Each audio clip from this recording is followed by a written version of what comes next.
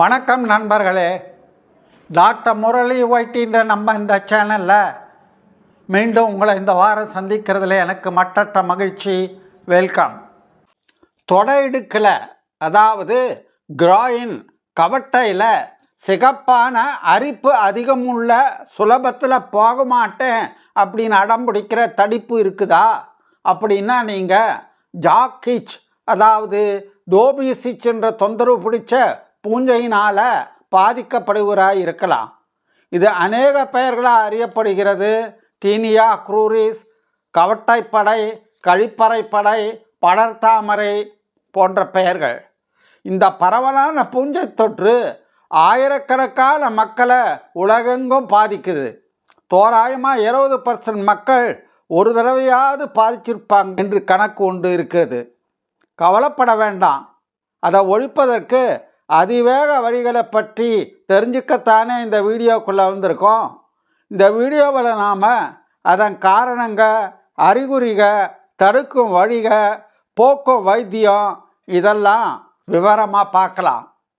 ஸ்பெஷலாக என்னென்ன சாப்பிடக்கூடாது அரிப்பு அதிகமாகாமல் இருக்கிறதற்கு அப்படின்னு ஒரு ஸ்பெஷல் டிப்ஸ் இருக்குது.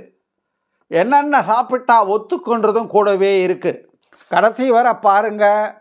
வழக்கமான குவிஸ்ஸு, மினி டிட்பிட்ஸு எல்லாம் இருக்குது கடைசியில். வாங்க வீடியோக்குள்ளே போகலாம்.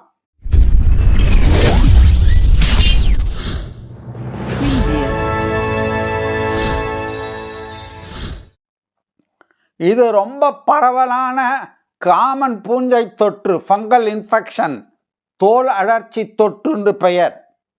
இது வெதுவெதுப்பாக ஈரப்பதத்துடன் இருக்கிற உடல் பகுதிகளை, உதாரணத்துக்கு கிராயின்ற தொடை இடுக்கு, கவட்டை, இடுப்பும் தொடையும் சேருமிடம்தாங்க இது. கூடையே இன்னர்த்தை, தொடையினுடைய உள்பக்கம், பிட்டம் அதாவது பட்டக்ஸு மற்றும் கீழ் வயிற்று பகுதிகளில் இருக்கும் தோலை பாதிக்குது. இது வேர்வை அதிகமாக ஈரமாக இருக்கும் சூழ்நிலைகளில் செழித்து வளரும் தோல் பூஞ்சை. அதனால் இது விளையாட்டு வீரர்களுக்கு அதிகம் வருது. அதனால்தான் இந்த பேர் கூட ஜாக்கிச்ன்றது. விளையாட்டு வீரர்களை தவிர மற்றவங்களுக்கு வராதுன்னு நினச்சிட வேண்டாம். அப்பாடா, நமக்கும் விளையாட்டுக்கும் தான் ரொம்ப தூரமாச்சே, நமக்கெல்லாம் வராதுன்னு நிம்மதி பெருமூச்சு விட வேண்டாம். யாருக்கு ஒன்றா வரும். இதை தவிர உடல் பருமனாக இருக்கவங்க, சர்க்கரை நோயாளிகள் மற்றும் இறுக்கமான துணிகளை அணிகிற நபர்களுக்கு அதிகம் வருதுங்க இது. இதனால் ஆபத்து இல்லை, அசௌகரியம்தான், பொது இடங்களில் தர்ம சங்கடம்தான். காரணங்கள்: பூஞ்சை வளர்ச்சி தான் இதுக்கு முக்கிய காரணம். பூஞ்சை அதிவளர்ச்சி, ஃபங்கல் ஓவர் க்ரோத். முக்கியமாக கீழ்கண்ட டெர்மட்டோஃபைட்ஸுகளால், தோல் காளான்களால் இது வருது. ட்ரைகோஃபைட்டான் ரூப்ரம் இதுதான் ரொம்ப காமனாக இருக்கிறது. அதை தவிர எபிடர்மோஃபைட்டான் ஃப்ளாக்கோசம், ட்ரைகோஃபைட்டான், மென்டாக்ரோஃபைட்ஸ் இதெல்லாம். இந்த பூஞ்சையானது ரொம்பவும் தொத்தக்கூடியது, கண்டேஜியஸ். எப்படி பரவுது? பரவும் விதம்: தோலுக்கு தோல் நேரடி தொடர்பு இருந்தால் பரவும். மாசுபட்ட கண்டாமினேட்டட், அசுத்தமான துணி, டவல்கள், பெட்ஷீட்கள் இவங்களை பயன்படுத்துறதுனால வரும். தனிப்பட்ட சுகாதார பொருள்களை, பர்சனல் ஹைஜீன் ஐட்டம்ஸை பகிர்ந்து கொள்வதனால வரும். காமனாக சோப்பு இதை கூட யூஸ் பண்ணக்கூடாது. பொதுவான குளிப்பறைகள், உடற்பயிற்சி கூடங்கள் மற்றும் நீச்சல் குளங்கள், பொது கழிப்பறைகள் இவைகளை உபயோகப்படுத்துறதுனால வரும். ஆபத்து காரணிகள், ரிஸ்க் ஃபேக்டர்ஸ் என்ன? பெண்களை விட ஆண்களுக்கு தான் இது அதிகம் வருது. இறுக்கமான ஈரமான துணிகளை அதிக நேரம் அணிகிறதுனால வரும். அதிகமான வேர்வை வந்தால் வரும். உடல் எடை அதிகமாக இருந்தால், தோல் மடிப்புகளில் ஈரப்பதம் இருந்தால் வரும். சர்க்கரை நோய் மற்றும் நோய் எதிர்ப்பு செய்து பாதிக்கப்பட்டவர்களுக்கு வரும். Immuno compromise individuals. காலில் ஆத்லஸ் புட்டுன்ற சேற்று புண்ணு, உடம்பு மற்ற பகுதிகளில் ரிங்வம் இருந்தால் சுலபமாக பரவி வரும். அறிகுறிகள் என்னென்ன சிம்டம்ஸ் இருக்கும்? தொடைகளின் உள்பக்கத்தில் செதில்களாக நன்றாக வரையறுக்கப்பட்ட வளைந்த எல்லையுடன் கூடிய வட்ட வடிவமாக ஒரு ரிங் லைக் கடுமையான அரிப்புடன் கூடிய சிகப்பு நிற உயர்ந்த திட்டுக்கள், தடிப்புக்கள், ரேஷஸ் காணப்படும். சொறி இருக்கும் மையப்பகுதியானது வலியோ எரிச்சலோ சேர்ந்திருக்கலாம். இந்த அறிகுறிகளை வரிசையாக பார்க்கலாமா? 1. சிகப்பு அல்லது பிரவுன் செதில்களுடன் திட்டுக்களாக கால் இடுக்கு உள்தொடை பிட்டத்தில் வரலாம். 2. மோசமான அரிப்பு, வேர்வை அதிகமானால் அரிப்பு அதிகமாகும். முந்தி காலத்துலலாம் சிகரெட் விளம்பரத்துக்கு இழுக்க இழுக்க இன்பம் அப்படின்னு அட்வர்டைஸ் பண்ணுவாங்க. இந்த ஜாக்கிச்சு சொரிய சொரிய இன்பம்தான். கை வச்சா எடுக்க மனசே வராது, எடுக்க முடியாது. பொது இடங்களில் கை வச்சா தர்ம சங்கடம்தான். 3வது, பாதிக்கப்பட்ட பகுதிகளில் எரியிற கடிக்கிற உணர்வு, பர்னிங் ஆர் ஸ்டிங்கிங் சென்சேஷன் இருக்கும். உரியக்கூடிய தோல், ஃப்ளேக்கிங், பீலிங், கிராக்கிங் ஸ்கின். வட்டமான தடிப்புக்கள், ரிங்லை சர்க்குலர் ரேஷ் இருக்கும். அவைகளின் விளிம்புகள் சற்றே உயர்ந்து இருக்கும், ரைஸ்ட் எட்ஜஸ். நடுவே குறைஞ்சி வளைய வடிவமாக சிறிய கொப்புளங்களாக அரைநிலா போன்று பரவிக்கொண்டே போகும். இதுக்கும் மற்றதுக்கும் என்ன வித்தியாசம் அப்படின்னா, இந்த கேண்டிடியாசிஸ் போன்ற மற்ற வகை பூஞ்சை தொற்றுக்களை போல நம்ம ஜாக்சிச்சானது, தோபிசிச்சானது ஸ்குரோட்டம், விதப்பை, பீனிஸ், ஆண்குறி இதை பாதிப்பதில்லை. டயக்னோசிஸ் எப்படி கண்டுபிடிக்கிறது? கிளினிக்கல் எக்ஸாமினேஷன்லேயே பார்த்தா தெரிஞ்சிடும். சிகப்பா செதில்களாக அரிப்புடன் கூடிய விளிம்போடு கூடிய திட்டுக்களை பார்வையிலேயே சொல்லிடலாம். வேணுமானா பொட்டாசியம் ஹைட்ராக்சைடு சொல்யூஷனை போட்டு மைக்ரோஸ்கோப் அடியில் எக்ஸாமின் பண்ணுறது. Wood's lamp test, UV light. 4வதா ரேர் கேஸுங்களில் பயாப்சி இதனால் கண்டுபிடிக்கலாம். ப்ரிவென்ஷன் எப்படி தடுக்கிறது?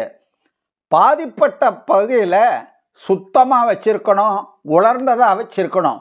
மைல்டு ஆன்டிஃபங்கல் சோப் போட்டு கழுவி முற்றிலும் உலர வைக்கலாம். லூசான காற்றோட்டம் உள்ள பருத்தியிலான உள்ளாடைகளை அணியணும். இறுக்கமான ஜீன்ஸ் மற்றும் செயற்கை துணிகளை, சிந்தட்டிக் ஃபைபர்ஸ் அணியக்கூடாது. உடைகளை அடிக்கடி மாற்ற வேண்டும், முக்கியமாக வேர்வை இருந்தால். பூஞ்சை எதிர்ப்பு பவுடர்களை, ஆன்டிஃபங்கல் பவுடர்ஸை ஈரப்பதம் உறிஞ்ச பயன்படுத்தலாம். டவல், உள்ளாடை, கீழாடைகளை பகிரக்கூடாது, நோ ஷேரிங். சேத்துப்புண் இருந்தால் இந்த ஆத்லெட்ஸ் ஃபுட்ஸு பரவாமல் தடுக்க உடனடியாக மருத்துவம் செய்ய வேண்டும். ஹோம் ரெமிடிஸ், வீட்டு வைத்தியம். தேங்காய் எண்ணெய் தடவினா கொஞ்சம் எரிச்சல் குறையும். 2 கத்தாழை கொஞ்சம் தடவலாம் ஜெல்லை. 3 பூண்டை சிறு சிறு துண்டுகளாக நறுக்கி சிறிது சுத்தமான ஆர்கானிக் தேன் மற்றும் சிறிதே வெந்நீரை சேர்த்து பேஸ்ட் செஞ்சு 15 நிமிஷம் இருக்கும்படி காலை மாலை 2 வேளையும் தடவணும். உப்பமேனி தழைய மேலே தடவினாலும் நல்ல பலன் இருக்கும். அடுத்தது சிகிச்சை முறை, ட்ரீட்மெண்ட். மைல்டு கேசஸில், தீவிரம் குறைவான நோயாளிகளுக்கு ஓடிசி, ஆன்டிஃபங்கல் க்ரீம், பூஞ்சை எதிர்ப்பு க்ரீம்கள், ஆயின்மெண்ட்கள், பவுடர்கள், ஸ்ப்ரே, சோப் இதெல்லாம் பயன்படுத்தலாம். தினமும் 2 தடவை காலையில் சாயந்தரம் தடவணும். அறிகுறிகள் குறைஞ்ச பிறகும் 2 வாரமாவது தொடர்ந்து பயன்படுத்தணும். அப்போத்தான் கம்ப்ளீட் க்யூர் ஆகும், இல்லைன்னா மறுபடியும் திரும்பி வரும். இந்த பொருட்கள் எல்லாத்துலேயும், ஆயின்மெண்ட், க்ரீமு, சோப்பு, பவுடர் எல்லாத்துலேயும் குளோட்ரைமசோல், மைக்கனசோல், டெர்பினாஃபைன், பியூட்டினாஃபைன், டோல்னாஃப்டேட் இதில் ஏதாவது ஒரு பொருள் இருக்கும். முதல்ல க்ரீம்களை பார்க்கலாம். இப்போ சொல்ல போகிற க்ரீமு, சோப்பு, பவுடர் எல்லாத்தையும் ட்ரேட் நேமுங்க உங்களுக்கு ஒரு உதாரணத்துக்காக, கைடன்ஸுக்காக சொல்லப்படுகிறது. எந்த கம்பெனி விளம்பரத்துக்காக அல்ல, ஏதாவது ஒரு ஆதாயத்துக்காக அல்ல. பேரே இதெல்லாம் ஓடிசின் பேர், ஓவர் த கவுண்டர். நல்ல பிராண்டு பேர் உங்களுக்கு தெரியட்டுமேன்றதுக்காக கொடுத்துருக்கேன். க்ரீம்க கேண்டிட் க்ரீம், கீட்டோஸ்டார், இச்கார்ட், சர்ஃபாஸ், கேனிஸ்டன், டெர்பினாஃபோர்ஸ் இதெல்லாம். சோப்புங்க அப்சார்ப் சோப், கீட்டோசிப் soap, Tetmosol soap, Candid multi, கீட்டோ ஸ்டார் இதெல்லாம்.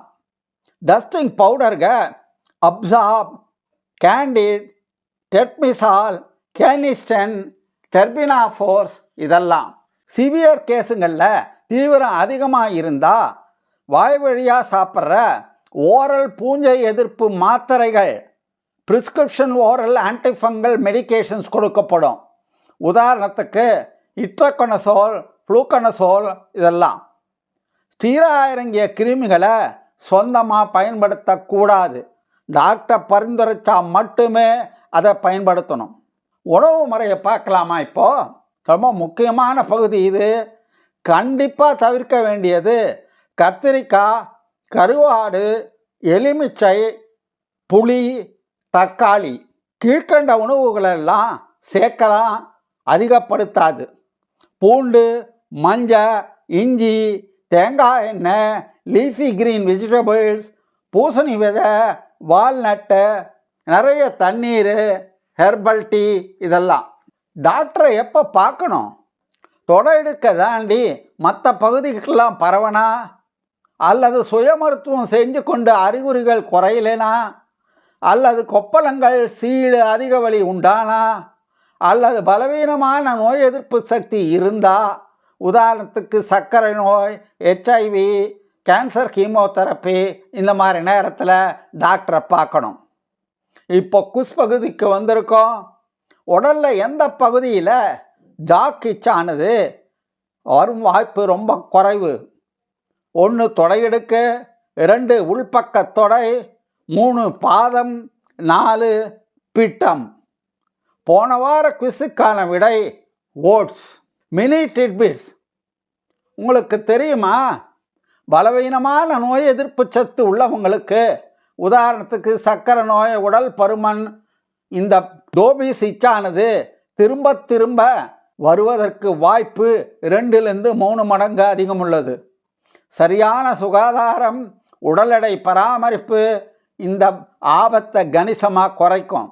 இப்போது இந்த டோபிஸ் இச்சை வேகமாக ஒழிப்பது என்று தெரிஞ்சு கொண்டீங்க.